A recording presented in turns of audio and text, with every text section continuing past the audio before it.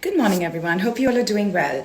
All right, I'm sure you must have all heard the news yesterday about our immigration minister announcing the extension of work permits for temporary workers living in Manitoba whose work permits will be expiring this year in 2024 and who have already submitted an expression of interest in Manitoba's PNP programs. Now, I'm sure, just like myself, you all must be flabbergasted at this announcement. We've never seen something like that. I actually couldn't even believe that this happened. And I kept thinking that this was some fake rumor or fake news that was making rounds on social media. But then I eventually saw Mark Miller's tweet and the letter. And yeah, then I knew that this is all happening. But you know what? Ever since I've read this news, there's just one thought that's been coming to my mind constantly on repeat. And that is, why just for temporary residents in Manitoba? Why just workers in Manitoba? Why not everybody else? And I've constantly been thinking, and I'm sure many of you would be thinking of the same thing. And the only reasons that I could really think of primarily, of course, there are several reasons. There could be several reasons, such as economic impact, labor market shortages, Manitoba's priorities, and all of that. But I think two big reasons, in my opinion, is first, of course, the province's advocacy.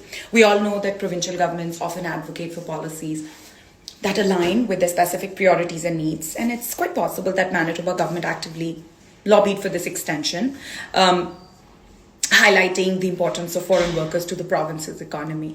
And this advocacy may have influenced our Minister Mark Miller's decision to prioritize Manitoba residents over workers in other provinces, because it also helps with labor market shortages. And the second big reason is testing new policies. So I personally also feel that by just implementing this policy in Manitoba, they're implementing this policy in a controlled environment before potentially implementing them nationwide. By starting with just one province, they can basically assess the effectiveness and feasibility of such measures before they can expand it to a more broader group. Now, we also have to keep in mind that our minister did state in one of his announcements that he's going to figure out programs where he can support people who are already inside Canada. They could be draws, domestic draws. There could be programs where people who are already inside Canada could get benefited. This could be one such program. And why I say that is because by giving open work permits. I mean, they could have extended work permits for everybody in Canada whose work permits are expiring right now. But that would mean to continue to keep the number of temporary residents in Canada high, and that's not what they want. Instead, what they want is that people who are eligible for permanent residence through one program or the other actually achieve that goal. So they want only those people to continue living in Canada who will eventually obtain their permanent residence in the next 1 year or 2 years. And that's why yesterday's announcement specifically mentioned that only people who've submitted an expression of interest in Manitoba's PNP program will be eligible for extension. We still don't know the specifics, what is the cutoff of the expression of interest and all of that, but it shows that they want to prioritize people who will be able to get PR in the next 1 or 2 years.